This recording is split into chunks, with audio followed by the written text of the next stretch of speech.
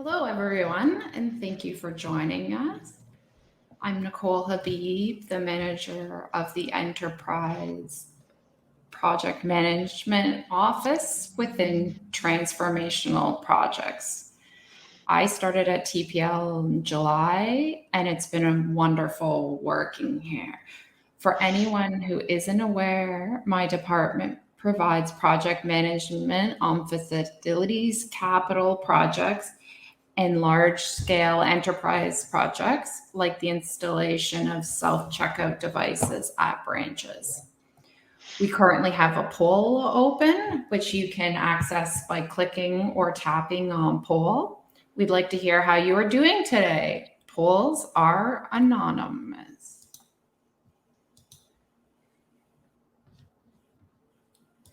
While everyone's filling out the poll, I'll let you know that live captions are available for this event, which can be opened from the call to action button that you will find at the bottom of your screen. These captions will open in a new window.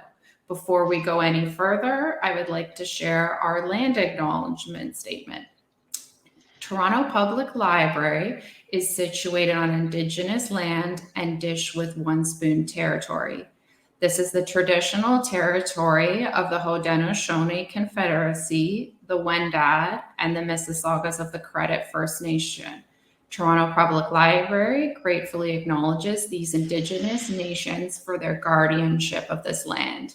Thank you. I'm going to pull up the poll results. Seems like everyone is mostly stressed or happy. So it's a little bit of a mix there. All right. Today we'll be hearing from Vickery Bowles, our city librarian, who will share some key updates from the October board meeting. Then Sean Mitchell, Director of Collections and Membership Services, and Carmen Ho, Manager of Membership and Circulation Services, will tell us about the team's, I just lost my spot, sorry, recent organizational changes and highlight some of the great work Membership Services is focused on. Next, Mo Ara, Director of Branch Operations and Customer Experience, will share some updates on security guards and our reinstatement plans. Following that, Brian Daly, Director of Human Resources, will provide some updates on our mandatory vaccination policy, addressing some of the most common questions you've shared through your managers, HR, or the Library Operations Center. Then finally, we'll be opening the Ask a Question feature and moving to live Q&A with our directors. Next, I'd like to invite Vickery on screen. Good afternoon, everyone, and thank you for joining us today. As I continue with my branch visits, I have to tell you it's so wonderful to see activity building in our spaces again. And I expect we'll see even more this month as we start to gradually reinstate the in-branch programming, restart our venue rentals, and reinstate MAP program passes.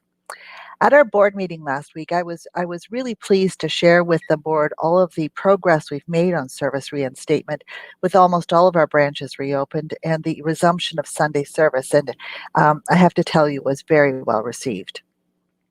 At the meeting, we also shared a number of important updates and reports, including one from Elisa Van Graft, our Director of Transformational Projects, and that report was on our capital projects, and it provided the board with a view of how we plan and prioritize our major projects in our 10-year capital project plan. And Elisa will be coming to an upcoming town hall, and she'll be sharing some of the great work with all of us. We also shared a report on the use of security guards at TPL, which has been a topic of some media coverage lately.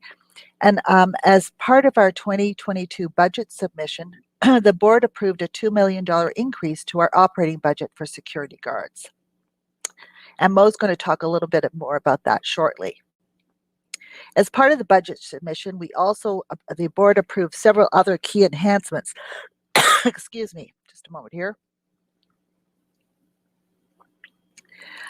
Including the elimination of teen fines and adult fines. Sorry. It's wonderful to have the board's support for these priorities as we move into the next step of the process, which is asking for City Council's approval. And I'm really pleased with the elimination of adult and teens fines. We know how important that's been with the elimination of children's fines, which we achieved last year. And we're going to hear more about this and membership services and a circulation team and how they've been working on the elimination of children fines and what we're doing in preparation for the elimination of adult and teens fines, pending that approval. And so that's really important work that's been going on. And I'm now thrilled to invite Sean Mitchell, Acting Director of Collections and Membership Services, and Carmen Ho, the Manager of Membership and Circulation Services, on screen to talk a little bit more about the work they're doing in this area. So over to you, Sean and Carmen. Great. Thank you, Vickery. So yes, I'm very pleased to be here today with Carmen and speak with you all about some changes that we've had within collections and membership services, and then some of our more immediate work that Vickery just mentioned regarding fines elimination. But first, I'll start with some of the organizational changes that we've experienced this past year. And really that is the creation of the Membership and Circulation Services Department. So this is really in recognition of the growing portfolio that we've experienced with regards to membership and looking at the needs of our members, and how that's transformed over the past few years and seeing that shift move more to digital as well. So we had our launch of our digital access card this past year throughout the pandemic, and we're watching how membership behavior has been changing throughout that. And we're really trying to have a concerted effort that is targeted towards membership and making sure that we're meeting our members' needs. So part of that was the creation of this department, but it's not us alone. There's a strong team behind us and that supports the department, and Carmen will be speaking about that a bit today.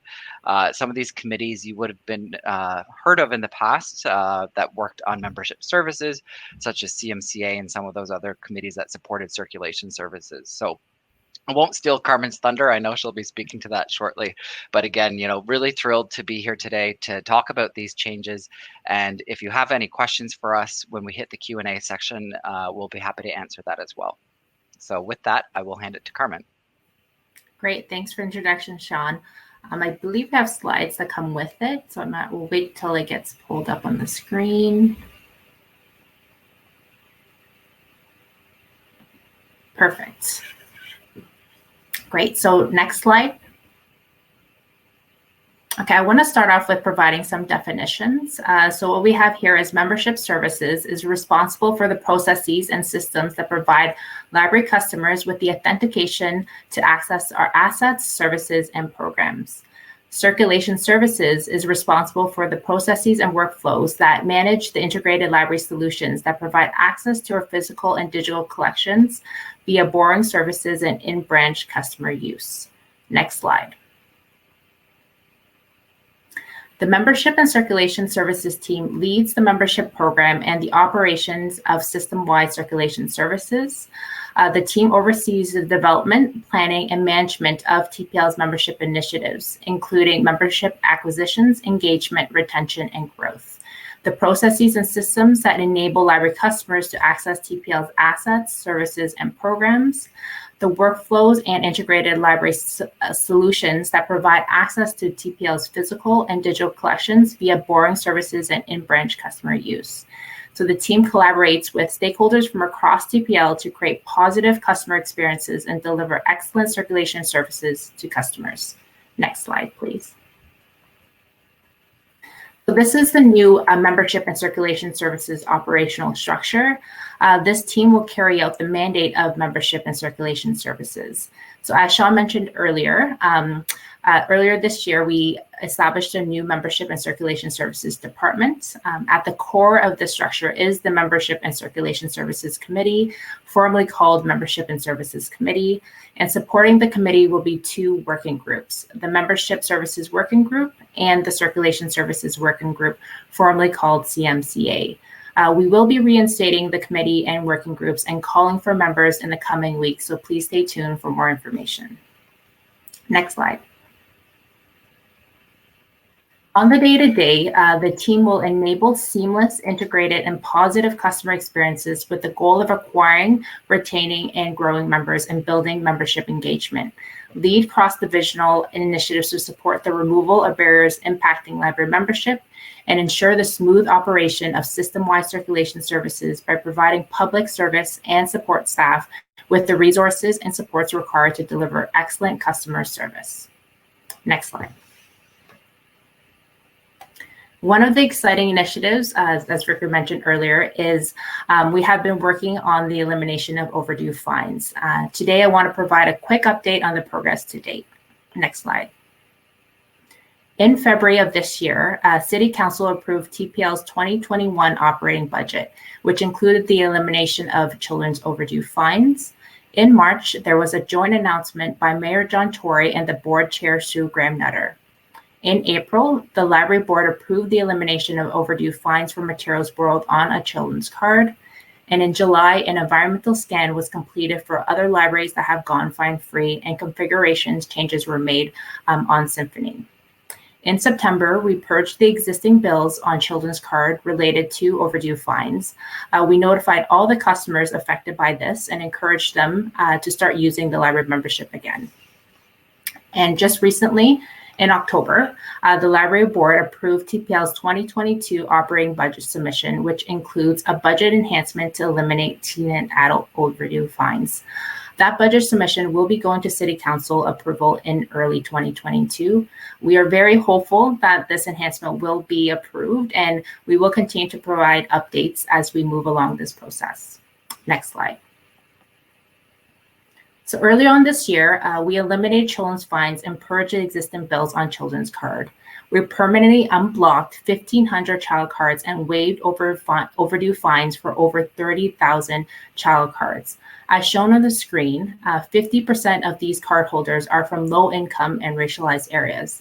Our data confirms fines do become a barrier to the use of library services, especially for vulnerable communities. Next slide. Lastly, I want to share with you some of the positive feedback we have received from our customers about what Fine Free for Kids at TPL meant for them and their families.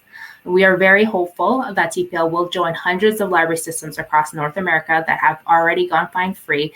We believe eliminating overdue fines for all customers will be a vital change as Torontonians continue to use their library, particularly during the COVID-19 recovery efforts. I'll now pass it back to Nicole.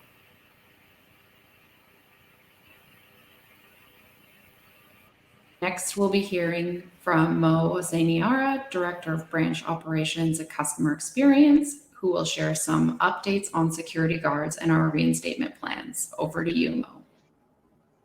Thank you, Nicole. Appreciate it. So good afternoon, everyone. I'm just here to talk about service reinstatement and security guards. So I know we've been very busy this fall, and we've welcomed more customers and reinstated more services. It's great to see the momentum, and I appreciate everyone's contributions as we move ahead safely and steadily. As you know, on October 22nd, the province announced a plan to reopen Ontario and manage COVID-19 for the long term. The plan outlines the gradual approach to lifting remaining public health and workplace safety measures by March 2022. As I shared earlier through an LOC update, we've reviewed the plan and confirmed that the only impact to TPL at this time is on our premium venue rental service. Capacity limits and physical distancing requirements for public library rental spaces can be lifted because proof of vaccination is required for these types of events. For all other TPL services, including access to branches and in-person programming, capacity limits remain in place until further notice. As always, we'll continue to monitor and adjust library services accordingly based on the rollout of the province's long-term plan. I think it's also important to talk today about the issue of security at TPL. At last week's meeting, as Vickery mentioned, the board approved a $2 million increase for security guards to deal with issues related to the pandemic. Security guards at TPL work with branch staff to oversee branch activity and to help prevent and diffuse situations, allowing staff to focus on serving customers and the community in their own ways.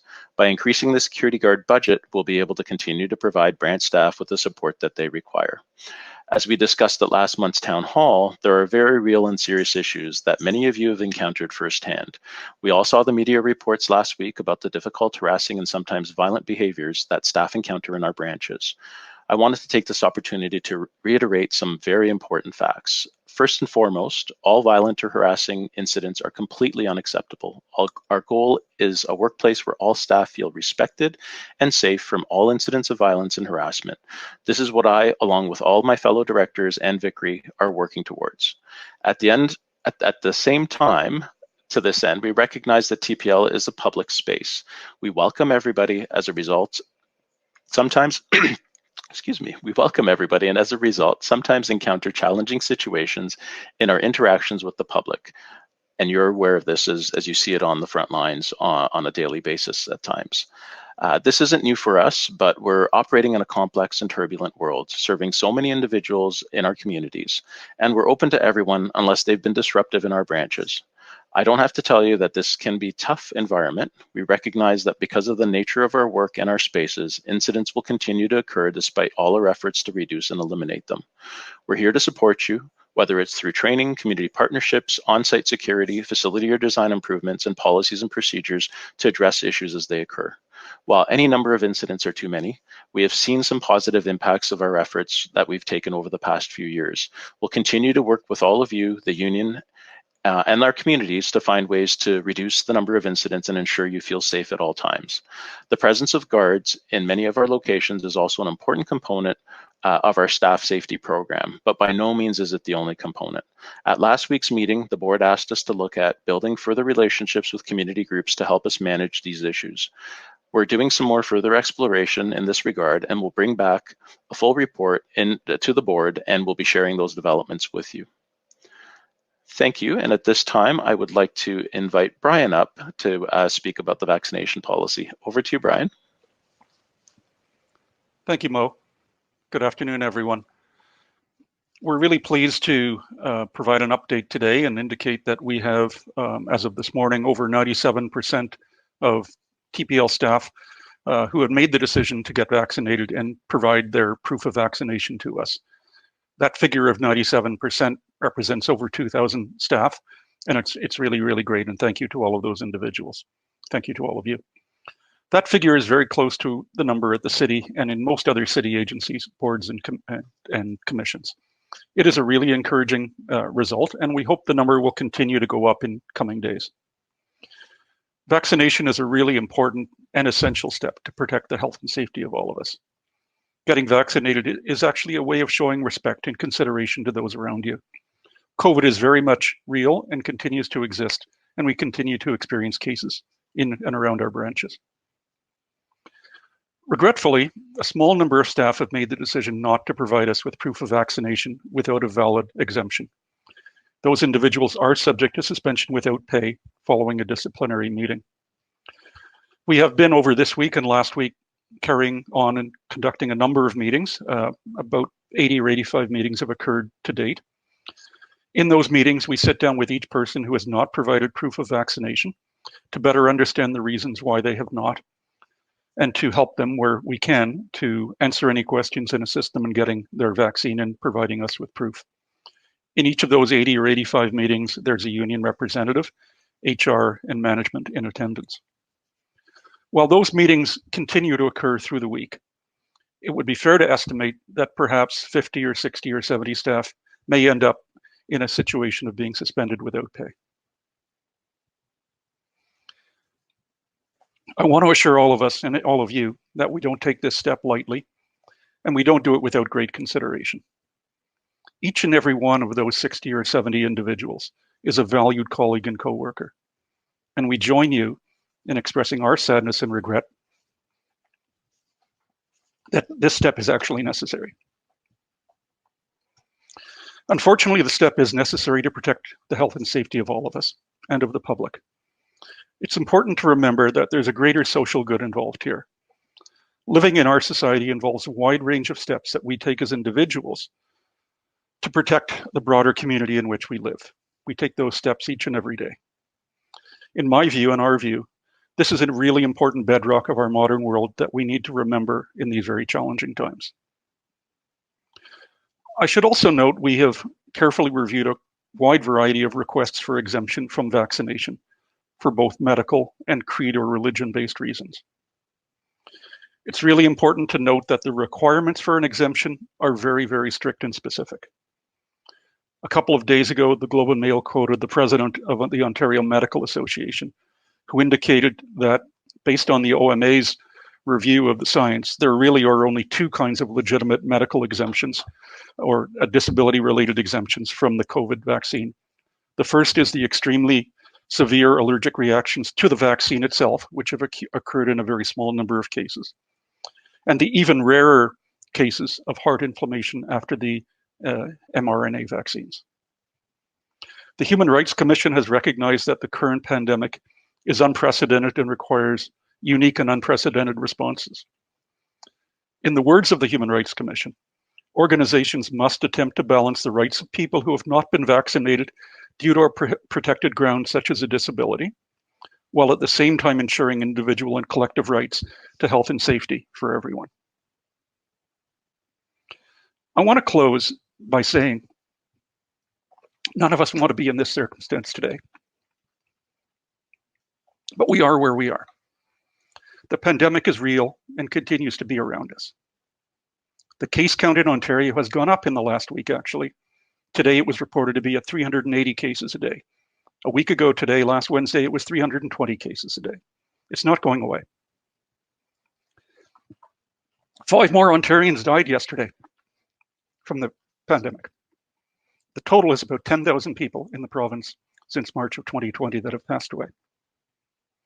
Whether we like it or not, the only way out of this is to increase the vaccination rate everywhere, while at the same time staying the course and continuing our existing health and safety practices. On that note, I want to remind everyone that staff continue to be required to wear masks inside all TPL facilities, even if they are fully vaccinated. Masks are required in workrooms, even if staff are seated 6 or more feet apart. The only time when staff can take off their masks is if they're alone in a private enclosed workspace or while eating or drinking in designated areas of the workplace. I should also note that the small percentage of staff who are working remotely for part or all of their schedule should expect to continue doing so in the current situation until at least January. We'll give you an update in December. Given the current course of the pandemic, we have, and I have no regrets about the course of action that we're taking. It's very similar to many, many other employers, including the city. We don't want anyone to lose their jobs, but we must put everyone's health and safety first, before all else. Getting vaccinated, in my personal view, is a supreme act of compassion and respect for our fellow workers and for each other. I want to thank the over 2,000 people at TPL who have taken the important step to get vaccinated against this terrible disease. Thank you for the opportunity to give you an update today. Thank you, Mo and Brian. Before we open the Ask a Question feature, I want to remind you that the purpose of this session is to have open, respectful dialogue.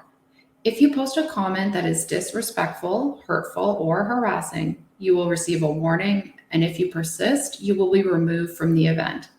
And any questions that are not civil or serious will be removed. With that in mind, we look forward to a productive conversation, and it's time to open Ask a Question. In case you're unfamiliar with it, the Ask a Question feature should be at the bottom of the video screen. You can submit questions of your own or upvote questions other staff have. Ask by using the upvote arrow. When you submit a question through the Ask a Question function, it will include your Crowdcast profile name. Upvoting a question is anonymous. We are hoping to answer some of your most pressing questions today while tackling a broad range of topics covering different service areas and divisions. We may not have time to get to all of your questions. If a top voted question is a repetition of one that has already been answered, or if it's on a topic we just don't have more information on for today, I'll be letting you know and we'll be moving it to the answered section so we can see other questions more easily. We'll also address some questions that may not be as high on the upvoted list, but that may be relevant to staff in different areas of the organization. While we are going through your questions, we also have another poll open right now. Which recent services are you most excited to see reinstated? And I'll give everyone a little bit of time to vote. And it looks like it's a toss-up between in-person programming and all of the above. Right, I will start taking a look at the questions here. And assuming we are ready to look at the first question. For in-branch programming, it is stated that customers will be asked to comply with the current mask compliance policy that we have in place. However, if a customer enters the branch without a mask and claims exemption, we still allow them in the branch without needing or asking for proof of exemption. Will we be enforcing a strict mask-only compliance during in-branch programs from the public for the safety of all customers attending that program as well as the staff? And I think this might be a question for Mo. Yes, thank you, Nicole. I'll take that. So yes, we do have programs that are going to be reinstated, and we do allow for exemption of the mask requirement if there's an accommodation. In the case of programs, what we're going to have to do is look at each case individually. We're not going to exclude individuals who are exempt from programs, but we'll have to look at the situation specifically for a particular program and see how we can work to provide an accommodation. We can't not provide services based on that accommodation, and that's the whole idea of the accommodation under the Human Rights Act. So we'll have to work with staff and work with each branch depending on the setup of the program, depending on how the program is being conducted, to see if we can accommodate the individual. Thank you, Mo. The next question, there's been some confusion around the process of how Sunday shifts are assigned. Can you talk about how it works, and if and when can we expect revised Sunday work assignments to be shared? And I believe this is a question for Brian. Thanks, Nicole. Sunday shifts are assigned on the basis of preference to the most senior applicant whose permanent classification matches the classification that's required at the location selected by the employee on the application form. Staff may be assigned to work in their own classification, or they may express interest in other classifications as well, for which they meet the requirements of having the ability to do the work. The assignment list for the current session, which began on October 17th, has been distributed. There's a couple of issues that we're working through, and we'll provide updates over the next short while. In terms of a second posting, no, we're not going to be doing a second posting, but what we're actually going to be doing is continuing to have ongoing Sunday postings throughout the session. We'll be sending out some guidelines and procedures in the next couple of weeks on how that will happen, so stay tuned for that. Thank you, Brian. So just to clarify, that answered two questions there that we had. So the next question is, last week there were some changes made to everybody emails. Why were those changes made? And this question is for Linda Hazen, Director, Communications, Programming, and Customer Engagement. Hi, everyone. That's a good question. Appreciate it. The reason why we made these changes is really part of a broader initiative that we're putting in place, and it's really to be able to deliver information better to everybody. We've been relying on email a lot, and people are getting a lot of emails to their inboxes that aren't necessarily relevant to them. And so we're looking at our global distribution lists and how we can improve the way they target people. And so we started with the everybody email because that's the broadest one. But we are working on the other global distribution lists so that we can better target the information and really basically get the right information to the right people at the right time and try not to clog our email boxes. All right, thank you, Linda. With the new approved security budget, what practical changes do you foresee taking place? The main issue with security is lack of training and reliability. And Mo, maybe you can start answering this one. Yep, absolutely. Thank you, Nicole. And that's a great question. There's a question in the comment as well about unconscious bias training being provided to ensure that patrons are treated equitably. So I'll deal with all of that together. One of the things that you may have noticed actually in the past week is that there are now post orders being distributed through the branches. I believe they're in the process of being distributed as we speak, so you may not have received them. So that's one of the things that we're doing, is ensuring that the guards have a clear understanding of what the expectations are for their involvement in branch activities, what they need to do at a branch while they're on duty, as well as each branch can actually add branch-specific orders to those post orders. So if there's something that needs to happen specifically at that location, we are constantly reviewing the training that the security guards receive. And Debbie, who's in our facilities management responsible for the contracts, works very closely with our vendor to ensure that the guards are coming to us trained, and that there's a clear understanding of what our expectations are of guards. They do receive an extensive list of training. I don't have the list in front of me at this point, but it is in the report that we provided to the board. And as I said, we're constantly working on what else we can provide them. There is actually some training that we're working on again as we speak, hopefully to be rolled out before the end of the year, which will include more specific requirements of what we want, what we expect at TPL of the guards, and the Rules of Conduct Committee is working on that as we speak, and we'll be releasing that hopefully shortly.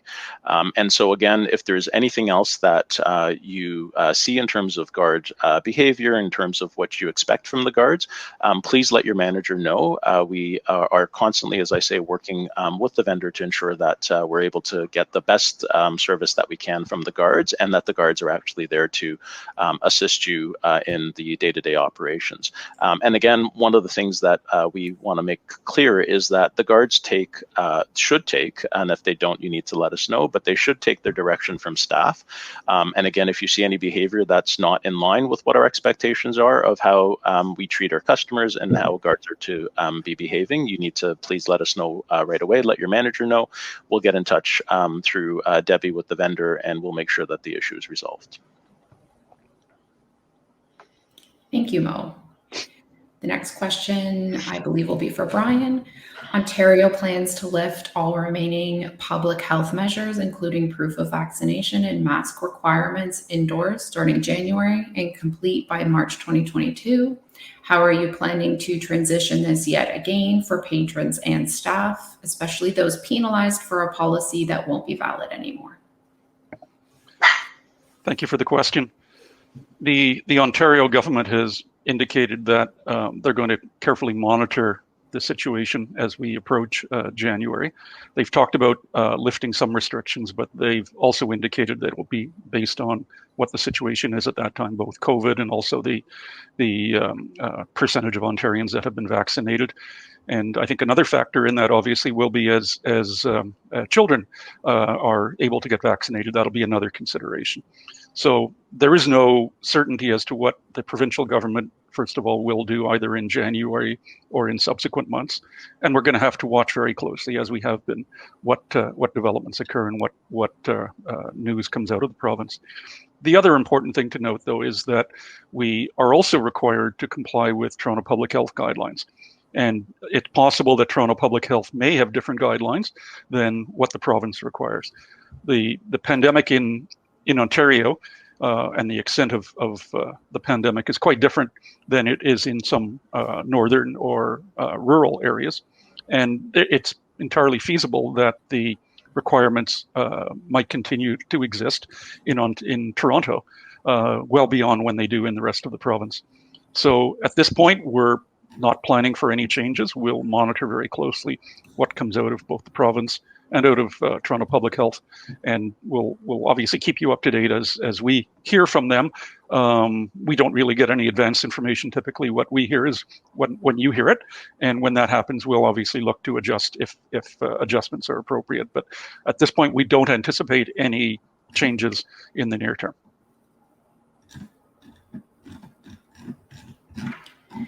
Thank you, Brian. Okay, I think I'm trying to find out which one has the most votes right now. It's not sorting in order for me. Okay. The next question. The board was approved a $2 million to the security guard budget. Is there an increase to budgeting for more social workers? Many would agree that a single social worker in our system of 100 locations is not enough. I believe this question is for Mo. Myself. Yes. Hang on. You're Okay, there we go. there. Thank you. My mute went behind the screen I had open. So, yeah, my apologies. One of the things I mentioned earlier during my opening was that we are going to be, based on the board recommendation, working with various community partners and striking a group who will review what are the other things we can do. We've often discussed what social workers, and we do have one, as has been mentioned in the question.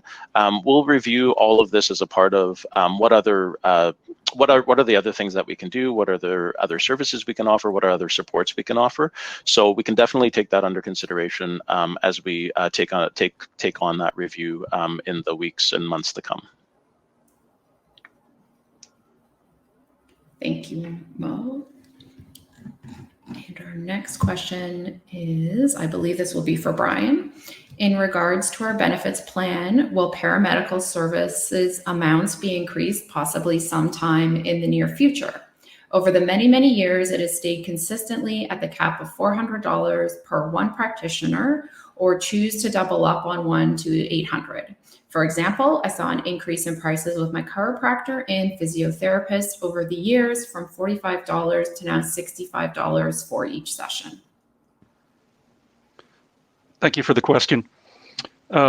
Typically, benefits and compensation, but in this case, we're talking about benefits, are negotiated with the union acting on behalf of all of TPL's bargaining unit members during collective bargaining. So I expect this would be a question that you could appropriately pose to your union and bring to them as a consideration that they could then bring forward in bargaining. At this point, we don't have any plans to change the provisions of the benefit plans during the course of the current collective agreement. Thank you, Brian. So I am going to read the next question. Let me see. Once it's highlighted.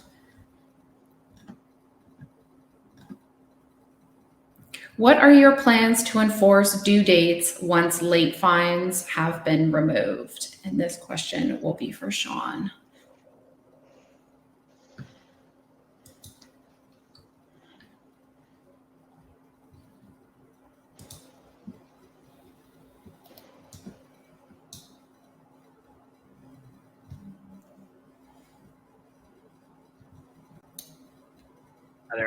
I think you asked a question, so I may have missed it. Oh, sorry. Yeah. Well, you were being brought up.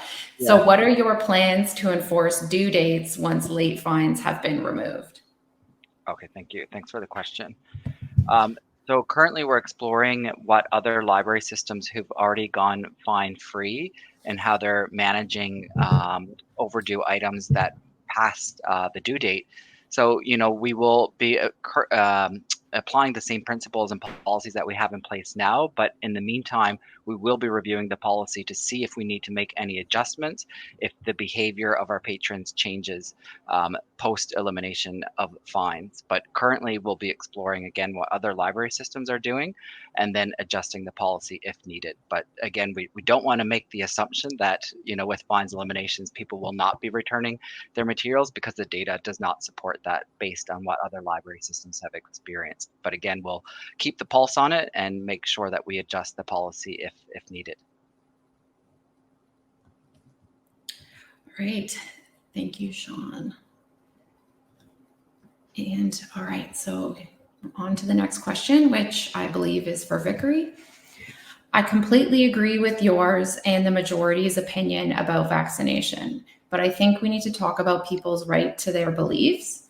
People against vaccination have a strong belief. While I don't share this belief, I recognize that they are losing their jobs to stand up for what they believe in, and that they genuinely believe that vaccination is dangerous. I have never been in that situation and would never dare to judge them. I don't feel good about working for an organization that fires people who are standing up for their beliefs.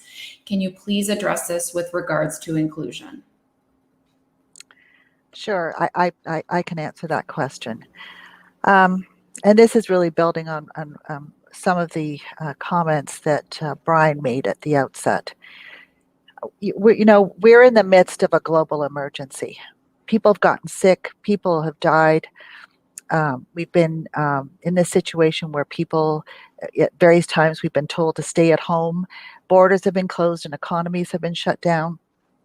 And I really don't believe that we are in a position to talk about individuals and what they stand for and what that means right now. The focus has to continue to be about keeping people and keeping communities, keeping the workplace and each other healthy and safe. And I think our decisions have to be about the greater good because we continue to be in an emergency situation. And, when I think about this, I also think that most people put a high priority on working for an organization that puts the health and safety of its staff as a top priority. Many people in the world, they've lost their jobs. Many have lost their lives. And that's why we have the health and safety laws that we have here in Ontario and in Canada to protect us all.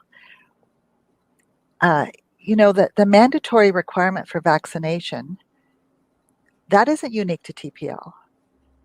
We're seeing this increasingly as a requirement everywhere in the world around us. And that's because it's the way that we can keep all of us safer. A year ago, I was thinking about this the other day. A year ago, we didn't have any vaccines against COVID, and now we do.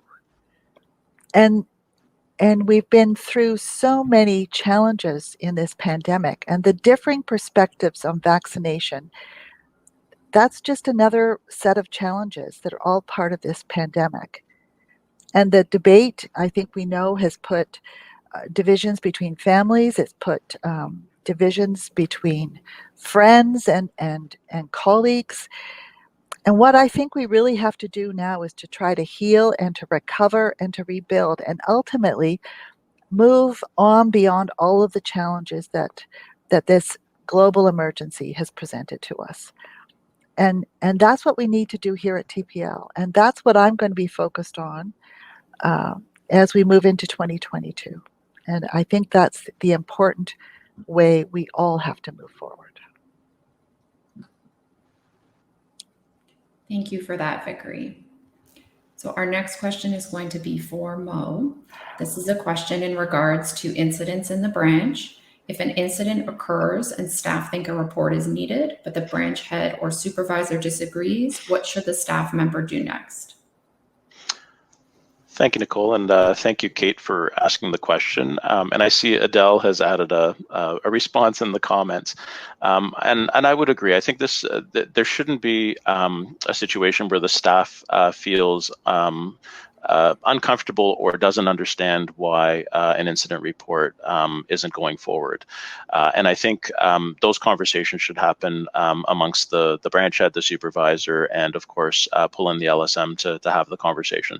I know there are situations where an incident report has not been completed because by the time we get the full story and all that information has come to fruition, it's not necessarily an incident report. But that's not to say that you can't log that incident. And so what we want to do is make sure that we're not preventing staff from providing incident reports. There should be conversations between the staff, the manager, and the branch head. So please do include the LSM in those conversations. I know as a part of reviewing the incident and as the branch head or the supervisor does the investigation, sometimes other things come to light. But if you're feeling that something happened and it needs to be an incident and it needs to be reported, and you're not feeling that you're getting what you need, please speak to your LSM. And I'm not suggesting that you go over your branch head's or supervisor's head to do so. I think, again, as I say, it should be a conversation amongst the three. So the branch head and the supervisor or the supervisor are aware, and the LSM is pulled into that conversation. And again, I know just receiving all the exclusions that come through the 6-month and 12-month, it's where by the time it comes to me, the investigation has been done.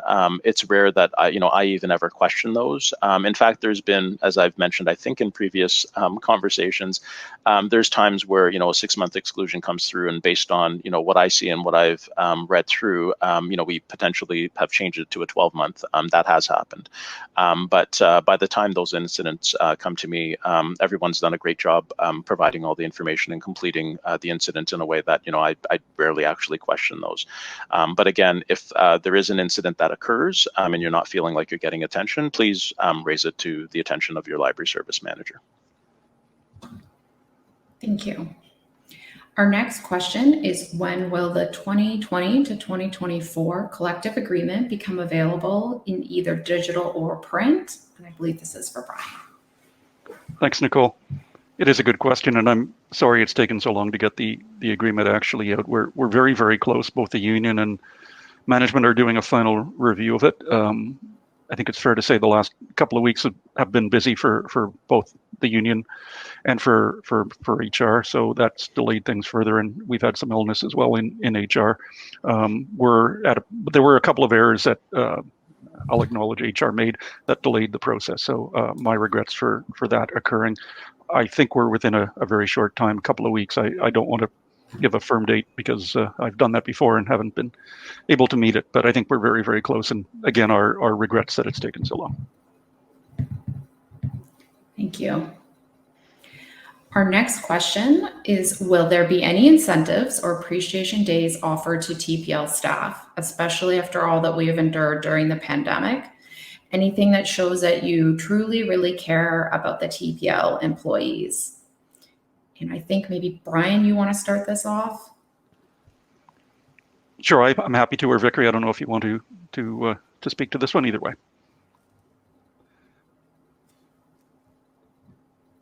You're on mute. I couldn't hear you, Vickery, I'm sorry. Oh, sorry. We can hear you now. Can you hear me? Okay, good. Thank you. Well, yes. I mean, I think that's a good question. I think that's something we need to think about as we move through to the end of the pandemic. We're not there yet. We're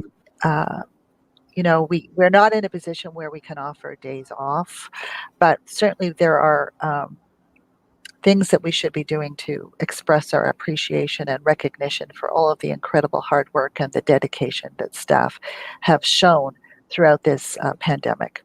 So, yeah, I think that's a really good comment, and it's certainly recognition is something that, and appreciation is something that I'll take away from this and we'll talk about going forward. Thank you, Vickery. Our next question is, proof of vaccination is required in some cases for TPL meeting and event spaces, but not in others. Can you explain why? And I believe this question is for Mo. Sure. Thank you, Nicole. So as I mentioned earlier, proof of vaccination is only required for venue rentals. And in the regulations, it's very specific in terms of what that means. So those are external rentals of our space where they're coming in and using our space, and whether it's a conference, a meeting, or possibly a wedding, some kind of event. Those are the only cases under the regulation where vaccination passports are required. In terms of access to the rest of our programs and services, at this point, we're not going to be requesting vaccination passports. We're managing through the number of number of customers that can be in a space. So we are still maintaining the numbers in terms of access to the space and how many individuals are allowed in a space. That's about how we manage in terms of the use of space and in terms of use of programs. So there is a very extensive FAQ that's been produced by the programming committee, and in that it's basically specifies how we're running programs and how those programs are to be offered. And it is very clear that we will not be looking for vaccination passports or proof of vaccination for those types of programs. And so again, just to be clear, it is only venue rentals where vaccination passports or proof of vaccination is required. And that's just as per the regulations that the province has put out. And that's similar to any other place that you would go with that kind of activity. It's not honestly specific to the library, it's the actual type of activity that's taking place in that space. Thank you. Our next question is also for you. Will there be more tactical guards hired? So I can definitely respond to that. We don't just hire tactical guards because they're tactical guards. We review the situation in every location, and depending on the situation, the incidents that happen, and what kind of support we require from a guard service support, we will put in tactical guards as required. So I know we've got several branches where the types and number of incidents are higher than others, and in those situations, tactical guards are hired. Sometimes tactical guards are put in place just for a short period of time to help calm a situation.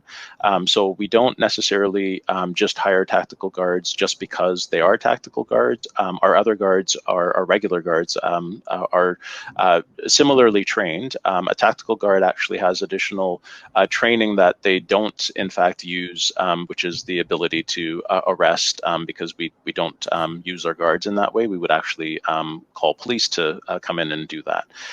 So other than the presence that they provide and their some additional training that they have, we get the same support that we need from our regular guards. But as I said, there are situations where tactical guards are brought in, sometimes for a long period of time and sometimes temporarily, just to help soothe the situation a bit.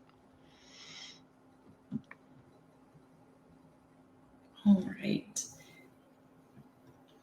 Next question. And this one will be for Brian. Perhaps the most stressful aspects of the day is asking patrons to please wear a mask. Frequently, these requests are met with a glib, over-the-shoulder, I'm exempt response. Is there any way to implement a no mask, no entry policy? I can certainly give part of an answer, and Mo, if you have any further thoughts, feel free to add. I mean, fundamentally, we follow public health guidance, and we are required to consider and in some cases accept exemptions that the public may bring forward. So we really follow TPH in that regard. I don't know, Mo, if you have any further thoughts. No, I mean, we've talked about this in the past. We have to honor the accommodation. We don't ask questions, just like any other location where masks are required. And if any place that you've gone, it does say that if you have or require an accommodation, we don't actually ask for proof. So we have to follow the same protocols that are followed. In the case where it's not an accommodation, where someone just refuses to wear a mask and doesn't mention an accommodation, and as we've talked about this in the past, staff shouldn't offer an accommodation as a reason why not to wear a mask. The individual should tell us that they require an accommodation. But in a situation where the individual just refuses to wear a mask, that becomes a rules of conduct issue. And through the escalation through a warning, and then a 1-day exclusion and 2-month exclusion, and I have seen some that reach a 6-month exclusion as well. So that's always available to us. But if someone claims an accommodation for mask wearing, we're not to question that, and we're supposed to accommodate them best we can. And I know in speaking to staff and in various branches, staff have come up with ways that help the individual be accommodated, but also to keep the rest of the customers and staff safe. Thank you. And I think our next question is for you as well, so don't go too far. With the recent news items regarding the experience of frontline staff, is management looking at other ways in which they can support frontline staff beyond what we currently offer? I'm assuming, is this with respect to, I guess, the incidents that we have? So I'm going to assume it's with regards to what we've been talking about already, in that, we're doing what we can with regards to guards, with regards to training. And we're going to be, as I mentioned earlier, looking at, are there other supports that we can offer in collaboration with various community partners, and also working with the union to figure out what other supports staff require. So that's to come as we move into the coming months. All right. Our next question we're going to give to Vickery. Thank you to all the directors who have visited branches and received tours. The effort is noted and appreciated. Can board members also be included in these visits? They play a significant role in the decision-making process for TPL. Well, that's a great question. And yes, absolutely. And in fact, board members have been on tours. This is before the pandemic started. There was a regular tour opportunity for the board members, and a number of board members took advantage of this opportunity. So absolutely. And we will be reinstating that as well. But we're, moving ahead cautiously with some of this. And we don't want to, we're starting with the directors and myself with the tours and keeping that going. I've got tours next week that I'm really looking forward to, and that's going to be ongoing. And then we'll be arranging tours for board members as well. So you'll be seeing board members in the branches on tours, and they always get wonderful feedback from board members when they do go on these branch tours. The staff are always so helpful in providing them with information, and it's great for them to see firsthand all of the great work that goes on in the branches and in serving the public. So great question. And yes, absolutely. This will be one of the things we'll be reinstating in the new year. Great. Thank you, Vickery. So we have time for one last question today, but before that, I will let you know we've also added a new poll, which you can open with the polls button to find out how you're feeling now at the end of our town hall. And for our final question, it will be for Brian. Staff that have been let go due to the vaccination policy, will they be able to apply to TPL in future? I should start by saying, I think our hope is that no one will actually have their employment terminated in December, and we're hoping that situation won't occur. But if it does occur in December, then the requirement, as long as the requirement is in place for people to be vaccinated, that would be a condition, as it is today, of joining TPL. But that would be the primary restriction. If a person's vaccinated and they choose to apply, the collective agreement is in place, and we would obviously consider the person along with other external candidates. Thank you, Brian. Just taking a look at a poll, it seems that well-informed is doing the best right now. So either people are feeling less stressed or less happy, but I think as long as we're informed, that's a move in the right direction. So that's all we have time for today. You will be receiving a link to our event feedback survey in your email shortly. If you can, please take a few minutes to fill it out. The feedback survey is anonymous. We are compiling all of your questions, including those we weren't able to get to today, and we'll follow up as we get more information. We will also be sharing the event replay and transcript once we're ready on Share TPL. Also, please don't forget that the COVID-19 resources section of Share TPL has a space dedicated to answering staff FAQs. If you've got a question, please refer to that FAQ because there's a good chance the information you're looking for is already available. Finally, I'd like to encourage you to sign up for the next town hall, which is on December 8th from 3 to 4 p.m. Registration is available on Learn TPL. Thank you everyone for coming.